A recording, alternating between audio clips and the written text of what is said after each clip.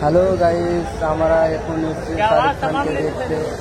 শাহরুখ খান এখন নিখোঁজ হয়ে গেছে, ওকে পাওয়া যাচ্ছে না, কোথায় হারিয়ে গেছে। তো কেউ যদি সন্ধান পেয়ে থাকেন তো আমাকে জানাবেন। শাহরুখ খান নিখোঁজ, সবাই ওর জন্য ঘাটা দেখছে, পাওয়া যাচ্ছে না।